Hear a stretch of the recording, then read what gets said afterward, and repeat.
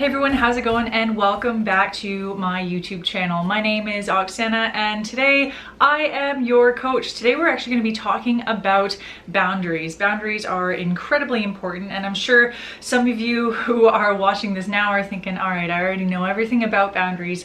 However, if you have ever found yourself feeling betrayed or uncertain about a certain relationship or situation. When I say relationship, I don't just mean like a spouse or boyfriend, girlfriend, or friendship. We're talking about jobs, right? We're talking about family, any kind of relationship or involvement with anything outside of you that you have direct involvement with. There are dynamics in there that will inevitably require boundaries, and the sooner we acknowledge what our boundaries are, as well as how to implement them, the overall better and happier we will find ourselves feeling. So today we're going to talk about exactly that. We're going to talk about what boundaries are and why they're important and how we can actually implement them with ease. So what are boundaries? Boundaries are deliberately placed limits or space given to protect your own health and well-being. And now these don't just have to be physical, right? They don't just have to be physical boundaries. They could be mental, psychological, and emotional as well. So there are three types of boundary setting that we're going to talk about today. There's rigid, there's porous, and then there are the healthy boundaries, which is where obviously where we want to be.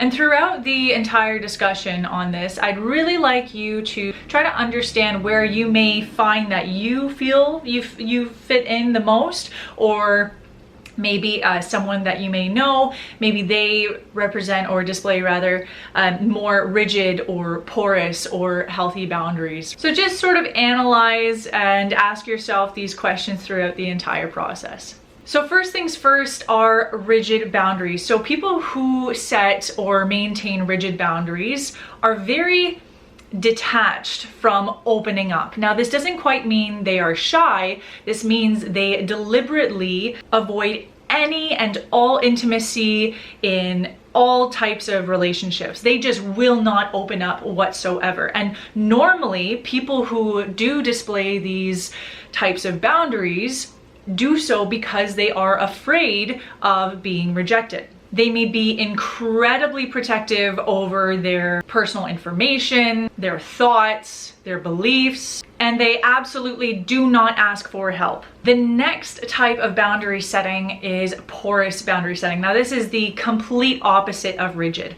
So someone who implements and maintains porous boundaries are super open to the point where they are oversharing. And this is where you see a lot of people pleasing. People pleasing is a very porous approach to setting boundaries. Matter of fact, there simply are none. And throughout my life, my personal life, as well as working with clients, I've found that people pleasing has been a very common, I don't want to call it trend, but has just been very common altogether. And to give you a better idea as to where I'm coming from, believe it or not, I actually used to be a pretty big people pleaser. And it wasn't until I got absolutely sick of it and just sick and tired of not feeling fulfilled or feeling like I was always being walked all over that I finally drew the line and said, okay, it's time to stand up for myself, my truest, most authentic self, and learn how to say no. So along with these people-pleasing mentalities and behaviors, a lot of these individuals with these porous boundaries will accept disrespect and abuse. And that's a huge problem. They also tend to find themselves being almost over-involved with like other people's problems. And more than anything, they find themselves feeling unable to say no. This is not okay. And if right now you're thinking, wow, okay, I really resonate with that. I think that's where I sit. I really want you to continue listening or watching this, because I'm going to take you through the entire process on how to implement those boundaries and learn how to say no. And the last type of boundaries are the healthy boundaries. And again, that is what we are working towards. So someone who displays healthy boundaries values their own personal opinions. They don't compromise their own values for others, which can be difficult, and setting boundaries is not easy. But despite the difficulty, they still respect their own values and they don't let other people walk all over them. They understand and they know their personal wants and they communicate them. And communication, as you'll see later on in this video or in this podcast, depending on where you're listening to it, that communication plays a huge role in implementing boundaries. And they are able to accept no as an answer. They don't fight for it and they don't fight against it. Okay, so now why are they so important? They protect your health and well-being. They clarify and support your own personal values as well as your expectations from not just yourself, but from other people. Now, I always say this, but we inevitably teach people how to treat us depending on what we agree or disagree to, or rather, what treatment we agree or disagree to. Now, that doesn't mean that there aren't going to be complete jerks that try to harm us throughout life. That's inevitable. But it comes down to what you either stand for or stand against in terms of how someone is treating you. And bottom line, we absolutely cannot control how other people act. However, we can control what we allow to stay with us and what environments we allow ourselves to stay in. Boundaries play a huge role in all of your relationships, be it romantic, right, with your spouse or boyfriend, girlfriend, with work, your relationship with your boss, with your colleagues, family, with your kids, with your parents, grandparents, aunts, uncles, everybody. Boundaries play a huge role. And honestly, they help you maintain your own self-respect. Because in the end, it's just you. That one person that you have to spend the rest of your life with and go through all the good times, all the bad times, is you. And if you aren't able to instill that self-respect with yourself, then you're gonna have a really tough time building relationships with other people as well. Okay, so now how do we set them? How do we set healthy boundaries? So the very first step, define them. And when I say define them, I mean define them with yourself and then define them for other people as well. Be specific. If you say that one of your boundaries is that you don't wish to be mistreated, define that. What does it mean to be mistreated? And one of the main reasons why we're doing this is because if something happens to us or a circumstances arises and it throws us off our game, makes us feel a little anxious, right? But that's all we have.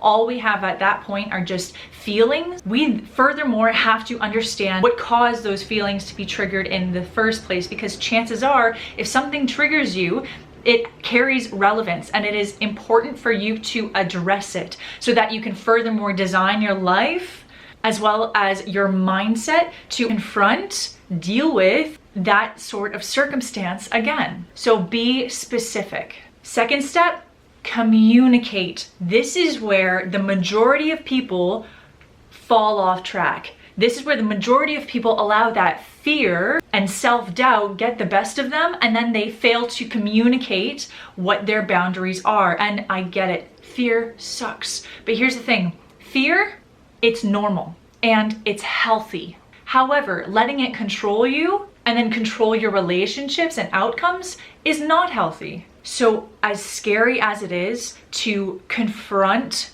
your spouse or your boss, right? Your big scary boss about a boundary that they could very well be crossing, you have to do it. Because who knows, they may not even be fully aware that they're crossing the boundary in the first place. Take a deep breath, maybe do some rehearsals in the mirror. I know that's always worked for me. And take the leap. Communicate, believe in yourself. You have to communicate your boundaries. Okay, step 3, stay simple. You don't have to over-explain, but you do have to make it clear and straight to the point. And this is another reason why we need to be able to identify and be specific about what exactly our boundaries are in the first place. And the last step is setting consequences. Remember, this could be a discussion. All this is is learning how to communicate and get those boundaries across and implement them into your lifestyle and your relationships. So when I say setting consequences, I don't quite mean with other people, I mean with yourself. Understand where you need to draw the lines and then set consequences and deals and promises with yourself, knowing when to remove yourself from a situation or pursue a situation depending on those boundaries. So, for example, if one of my core values is loyalty, and I have promised myself that if someone I'm in a relationship with is disloyal to me, I will leave that relationship because them doing so directly goes against a core value of mine, then that will be my own personal consequence. That is the promise I've made to myself. I will remove myself from that situation. Start focusing a lot less on how others react or how you expect others to be, and instead focus on what you expect yourself to put up with, how you expect to allow or disallow your involvement with certain circumstances or situations or treatment.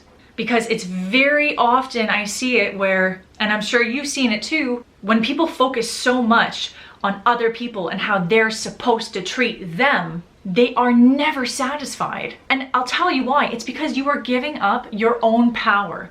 What you are doing without realizing it is you are telling other people and you are giving the power to other people to the point where how they treat you will ultimately determine your destiny or your results. But that's not how it is. So take that power back and think about more about how you will allow yourself or disallow yourself to be treated or continue putting up with. So those are the 4 steps to start setting and implementing those boundaries. So just to recap on that, the 4 steps you need to take are 1, defining your boundaries in the first place. Get specific. 2, communicate. You have to communicate those boundaries if you want them to be known with yourself as well as with other people. 3, stay simple. You don't have to over explain anything. This is the way it is. It affects me by this, right? You want to use a lot of I and me statements, right? I feel, right? It hurts me, or I feel this way, so on and so forth. And then set consequences. Why is this important to you? And what are you willing to either continue involving yourself with? And when will you step out of doing so? I hope that has helped you grasp a much better understanding as to what boundaries are, why they're so important, and how you can start implementing them in your day-to-day life. If you find that you're still having a very tough time even defining your boundaries in the first place, let alone implementing them, please feel free to reach out. You can find me on Instagram or Facebook.